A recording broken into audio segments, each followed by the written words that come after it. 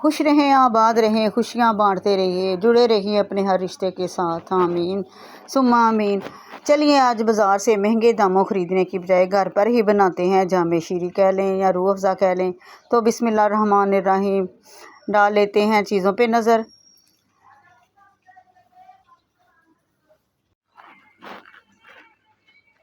ये संदर की लकड़ी जो संदर के शरबत में डाली जाती है, ये 100 रुपये की मिली है। इसको मैंने आधा घंटा पहले भिगो कर रखा था ताकि ये जब भी इस पके ना स्टार्ट हो ना, जल्दी से इसका असर जो है ना ज़्यादा निकल आए। ये फूड कलर है, केवड़ा एसेंस और रूह अफ़ज़ा एसेंस।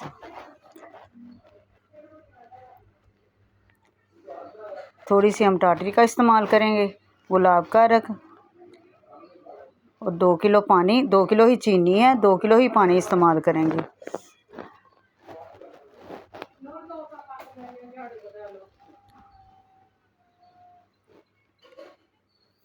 आधा लीटर पानी मैंने उसमें से निकाल के इसमें डाल ली इस बर्तन में, और मैंने वो संदल की लकड़ी इसमें शामिल कर दी ताकि ये थोड़ा सा पक जाए और इसका असर निकल आए। और 1.5 किलो चीनी मैंने 1.5 किलो पानी में डालकर पकने के लिए रख दी। थोड़ी सी चीनी मैंने साइड पे कर दी है।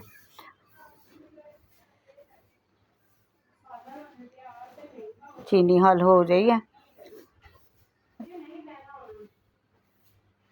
इसको चम्मच चलाते जाएंगे ताकि जल्दी से ये हल हो जाए। ये पकना स्टार्ट हो चुकी है।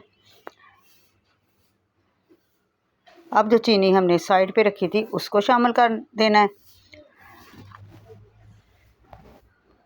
और जो संदर की लकड़ी पकने के लिए रखी थी वो भी शामिल कर देंगे। इस तरह छलनी लेकर इसको हमने छान लेना ताकि कोई लकड़ी के ज़र्रात वगैरह ना जाएं।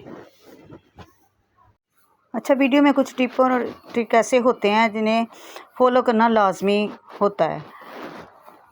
ये भी शरबत बनाने की एक ख़ास ट्रिक है जो कि बाद में चीनी और पानी इस्तेमाल होता है उसमें।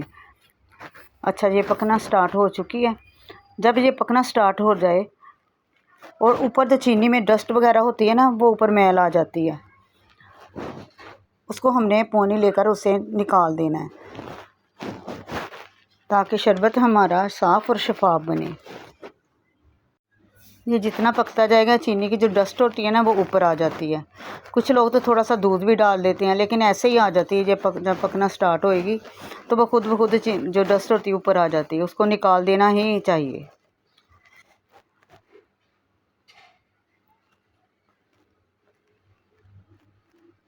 अब शामिल कर देते हैं 1/2 टीस्पून नमक,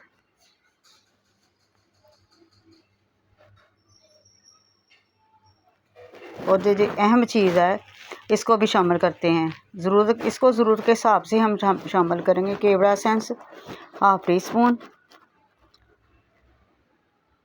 और रूह अफ़ज़ा एसेंस अभी 2 से 3 चम्मच मैंने शामिल किए हैं। बाद में हम इस ज़रूरत के हिसाब से इसको और शामिल कर लेंगे। जितनी हमें इसकी खुशबू की ज़रूरत हो गई हमने उतना ही इसको इस्तेमाल करना है।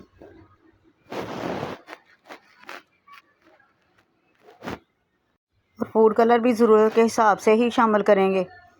अब डालते हैं 1/2 टीस्पून टाटरी।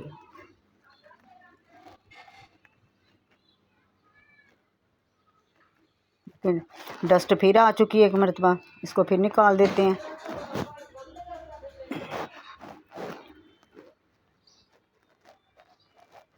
अब गुलाब का अर्क 1/2 कप के करीब मैं शामिल करूँगी। गुलाब का अर्क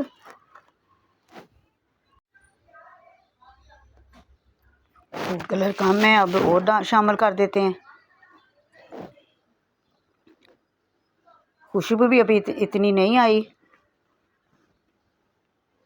मुझे लगता है वो भी बकिया शीशिया वो भी मुझे डालनी पड़ेगी, वो भी शामिल कर देते हैं।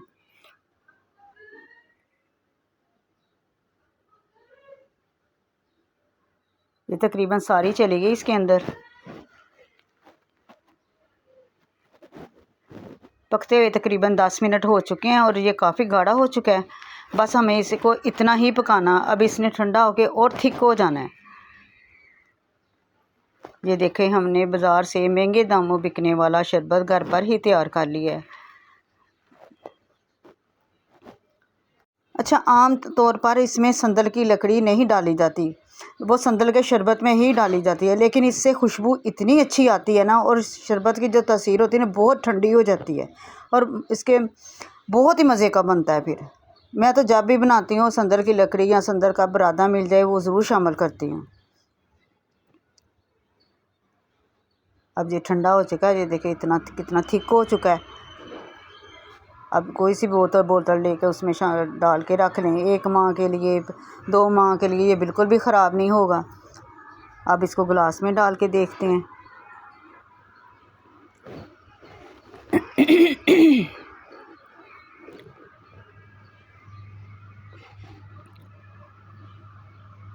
दूध में डाल के पिएं, गिलास में पानी में हल करके पिएं, बहुत ही मज़े का बना है। काश वीडियो के साथ साथ खुशबू भी आप तक पहुंच पाती, तो वाकई आपको पता चलता कि इसकी कितनी प्यारी खुशबू आ रही है। वीडियो पसंद आए तो लाइक और शेयर कीजिए, दुआओं में याद रखिए। आने वाली वीडियो के लिए अल्लाह हाफिज़।